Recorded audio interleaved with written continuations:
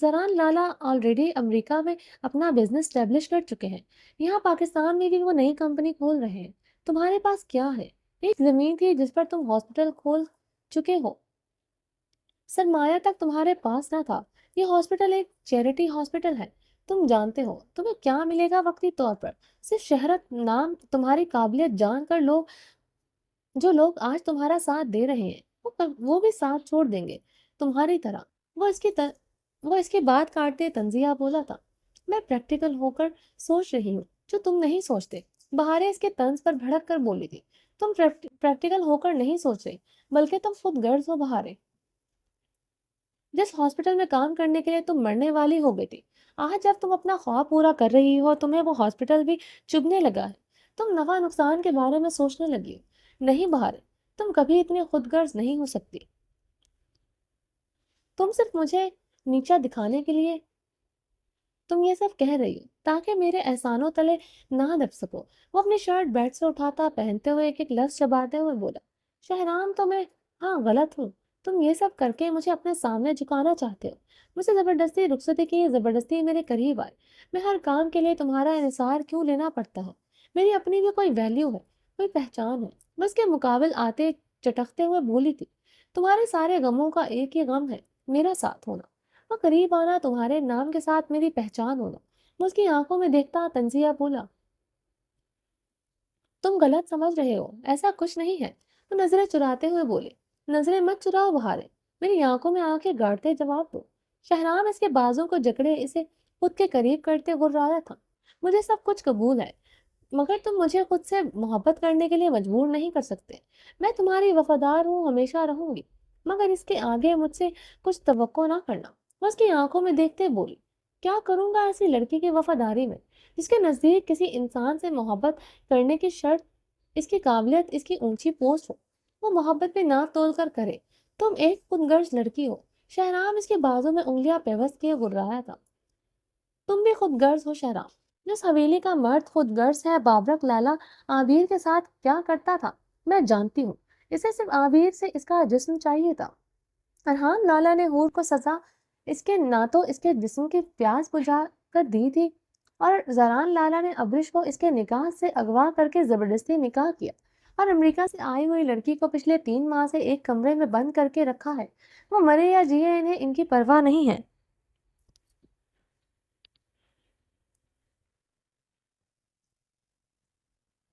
کیا ہوا؟ جیسے ہو مرضی کے بغیر رخصتی کی، اور پھر مجھ سے اپنا حق لینے کے نام پر زبردستی کی، اور اب بھی تم صرف مجھ سے یہی رشتہ قائم کرنا چاہتے ہو۔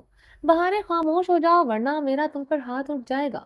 شہرام اس کی باتیں سنتا ضبط سے بولا، یہ بھی کر لو شہرام، تم مجھ پر 2 مرتبہ ہاتھ اٹھا چکے ہو۔ بہارے نے بھیگے لہجے میں کہا، میں تم میں نے تم پر 2 مرتبہ ہاتھ اٹھایا تھا، تمہیں یہ یاد ہے کیوں اٹھایا تھا؟ تمہیں شاید یہ یاد نہیں، میں تمہیں یاد کرواتا ہوں۔ طلاق مانگی تھی تم نے 1 مرتبہ، 1 مرتبہ کالج سے واپسی پر میرے خاموش کروانے پر بھی تم نے چیخ چیخ کر مجھ سے طلاق مانگتی رہی، مجبوراً تمہیں خاموش کروانے کے لیے مجھے تھپڑ مارنا پڑا۔ دوسری مرتبہ حویلی سے بھاگ کر دبئی جا رہی تھی، تب تمہیں تھپڑ مارنا پڑا، اور آج میرا کچھ ایسا ہی دل کر رہا ہے تمہارے گال سجا کر رکھ دو، مگر آج تمہیں کچھ نہیں کہوں گا۔ تم جیسی لڑکی پر ہاتھ اٹھانا کہ اب میری توہین ہوگی۔ شہنام اپنی جیکٹ پر صوفے سے پکڑے پہنی تھی، گاڑی کی چابیاں ٹیبل سے اٹھائے دروازے کی جانب بڑھا، اپنی بات پر قائم رہنا، تمہارے خود ساختہ ناراضگی اور غصہ ختم ہونے میں پل نہیں لگتا۔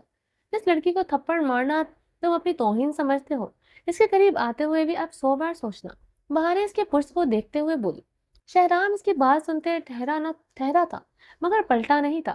تم کچھ بھی کر لو شہرام، مگر بہارے تم سے کبھی محبت نہیں کرے گی۔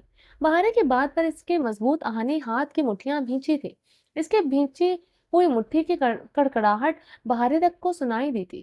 وہ دروازہ دھاڑ سے بند کرتے کمرے سے نکل گیا تھا، اس کی دھاڑ سے دروازہ مارنے پر وہ لرز کر رہ گئی تھی۔